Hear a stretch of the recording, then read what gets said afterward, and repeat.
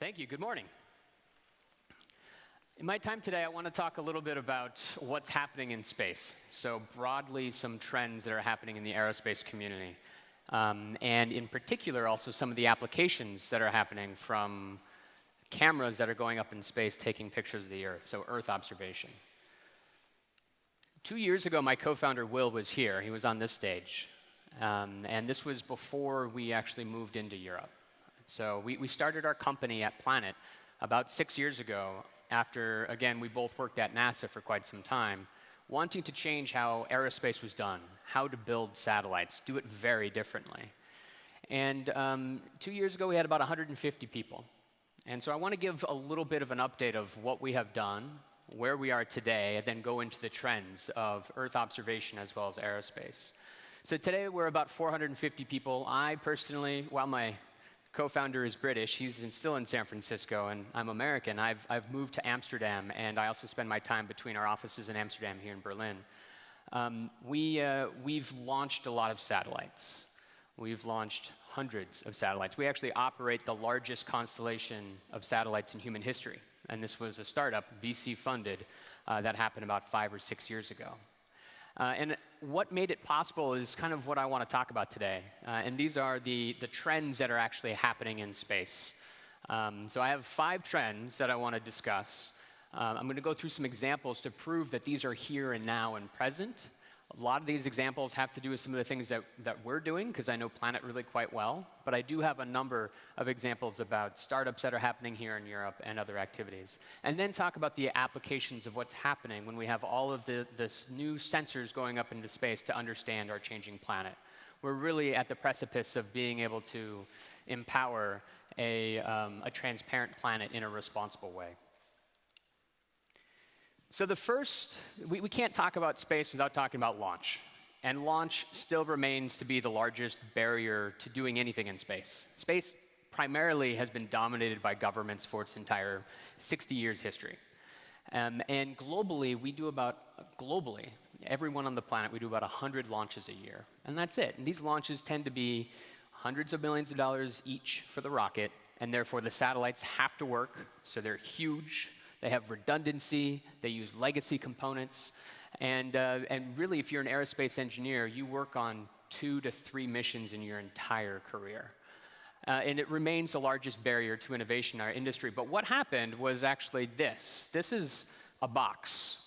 Doesn't seem like much of an innovation, but it was a box that created a standard and something that really became widely adopted by these 4 gentlemen.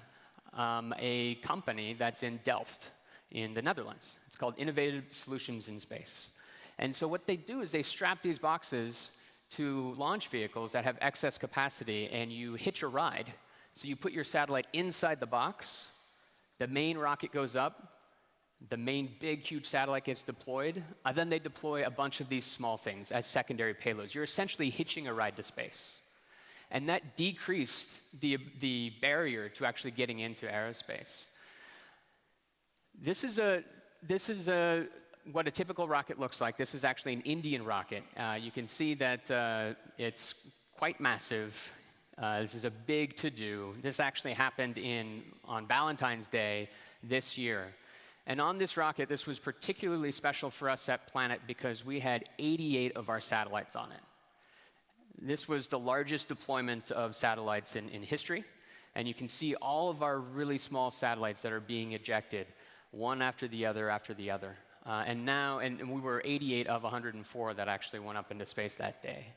And that got us to our reference mission, which is really to put a whole bunch of satellites up into space in order to image the whole world every day, and I'll talk about that in a little bit more. But launches blow up. In fact, we've been on 15 rockets, and 2 of them have blown up. So we needed a contingency plan, which is this one, on Friday. So in 2 days, we have 48 more satellites going up into space. We actually don't need them, but we wanted to ensure that we had enough data that was coming down in case the Indian rocket didn't work. So this is actually going to be fun, because rarely in space do you get to have excess or literally dozens of excess satellites in space to then play with different types of things. So this is, again, a pretty exciting thing that's happening. And I'm actually leaving from here today to go to Baikonur, which is a lifelong dream, to actually go to Kazakhstan, and to be able to watch this rocket. But the thing that will transform space is small launch and nano launch. And there are a lot of really good developments that are happening, and even here in Europe. The European Commission have been funding a number of small companies in Spain and consortium across Europe. One is called SMILE, a small launcher for Europe.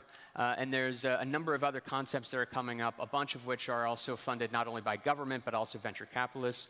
One of which is this one, a successful test flight from a New Zealand and American company called Rocket Lab, which went up, almost got to space, but it did test about 8 critical pieces of technology. And we're on their next demo launch in about a quarter. The second trend that I want to mention is, so that's launch, but I really want to talk about is what you put into space, right? The sensors that you put into space. And really, we all know the sensor revolution is here with our connected cars and our homes and our phones, but what didn't go into space? And that was really what Will and I and our third co-founder, Chris, really did to the aerospace industry, was to try to do an agile approach to developing a system. So over the course of the initial 4 years of our company, we went through 13 different generations of our satellite. Once a quarter, we would redesign the end-to-end system. And we now have a capability that is absolutely phenomenally very, very high quality, even though our first images that came down weren't super high quality. So this shows an iteration from build 7 to build 10 to build 13. The same mass, the same power, the same capability, but over the course of about 4, 5, 6 iterations, you can actually really see quite a bit of innovation that's happening. We have a company in Finland called ICEYE that's doing a similar approach to a radar mission. We have a company that's called ClydeSpace that have been building a whole bunch of satellites for people, and this is up in the United Kingdom. And last week, we have this team of people in Ghana that actually launched the first Ghanan satellite. So there's a whole bunch of innovation that's actually happening with the miniaturization of these things and getting access to space. So the overall trend is to go from these one big, huge, monolithic satellites, like this one, this is a NASA Landsat mission, to a whole bunch of really small ones. So you can see our satellite is called the Dove, which is next to this satellite that is quite massive. So here are the 88 satellites inside those boxes, and it's going to a disaggregated mission.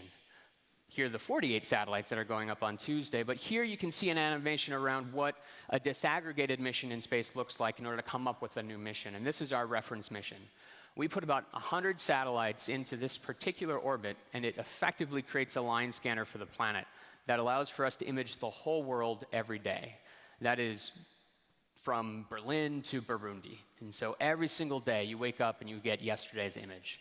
And then that just lends itself to a whole bunch of analytics across that to understand change on the planet and come up with unique applications.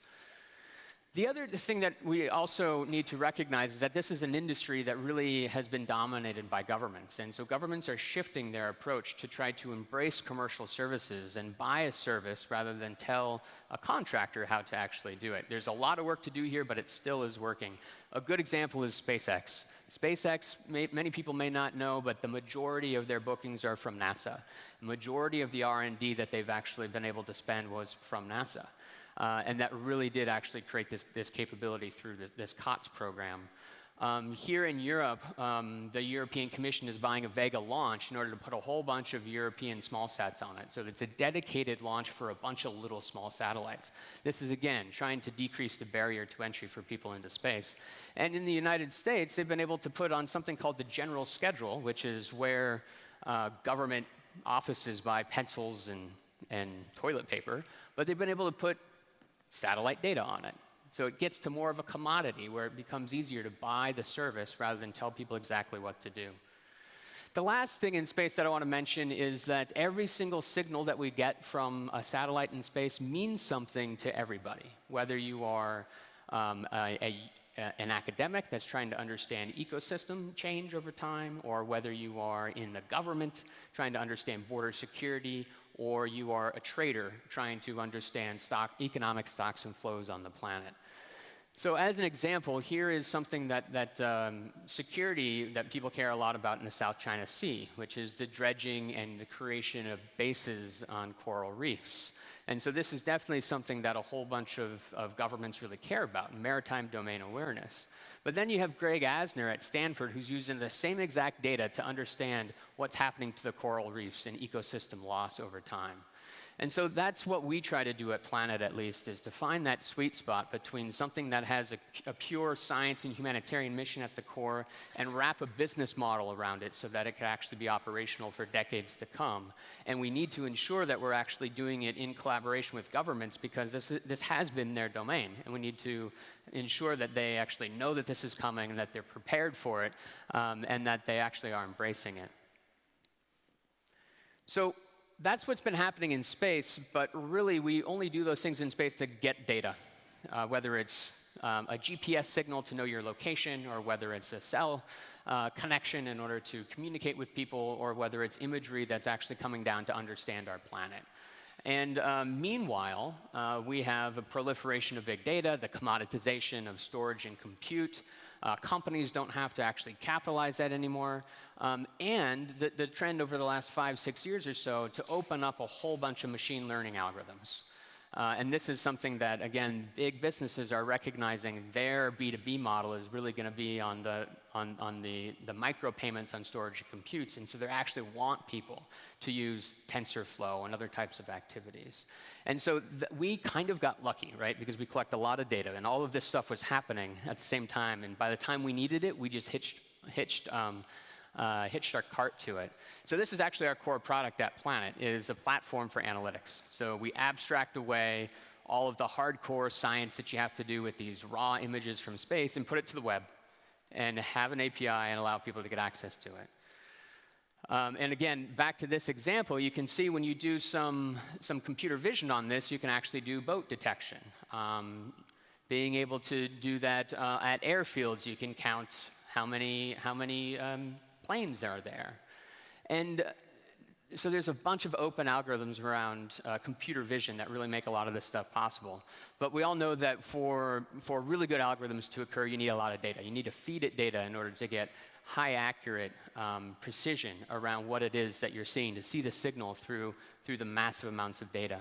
And that is, again, the reason why we have launched so many satellites over time. So since Will was here, you can see over the last 2 years how much data we've been able to collect. And on the y-axis there, that is the number of millions of square kilometers we collect every single day. And this one right here is the 88 satellites that went up. And there's about 120 million square kilometers of land area of the Earth. So this actually shows that we're collecting a lot more of that every single day today. So back to machine learning, not only can you do object detection, but over time, people really just want the signal. They want to know if something changed that means something to them to reprioritize their day. And ultimately, that's actually where the business model of this is going, to abstract it away from intelligence agencies, frankly, to actually do it automated at the speed of business for people to make better decisions. And so this is the evolution of the industry, is to go from grants and projects to actually get to subscription feeds and products at the speed of business. A good example here is Farmer's Edge. They're actually using our data to then give to farmers in every single day an update around what's happening, where they need to fertilize more, where they need more water. And that allows for them to cultivate and make a better decision that day around where to go with their combine. And the overall evolution of this market is to get to a B2B information services industry, which is much larger than the remote sensing industry today. And here in Europe, we have an association that's called the European Association for Commercial Remote Sensing, and there are about 450 small businesses that are working on this today, but the majority of them are under 10 people, right? Over 60% are under 10 people, and that's actually where innovation does come from, if we can actually cross that chasm and try to create the programs in order to allow for people to come up with new businesses. And so the European Commission, with ESA, launches the Copernicus Masters Program to do just that. This happens every single year. There are a number of grants and challenges that are out there to try to encourage people to come up with new applications on top of really a transparent planet and activating all this data to the web. At Planet, we have something called the Applications Developer Program, which really allows for people to prototype and come up with new products. Here's one from Orbital Insight, being able to predict the amount of oil storage around the world, measuring the height of these floating tops of these containers. Here is an example of a company from Descartes Labs. It's using computer vision in order to take a look at, this is a mosaic of China that we've created, to more or less click on something that they see and say, find everything like that. In this animation here, it is clicking on a solar field and then looking for all other solar fields all over China. But what gets really interesting about this is predictive analytics, coming up with indicators and warnings for something that's about to happen. And in our education and research program, we've actually seen this in spades. In July of last year, there was an avalanche that happened. It actually destroyed a town. There were about 15 people who died in this.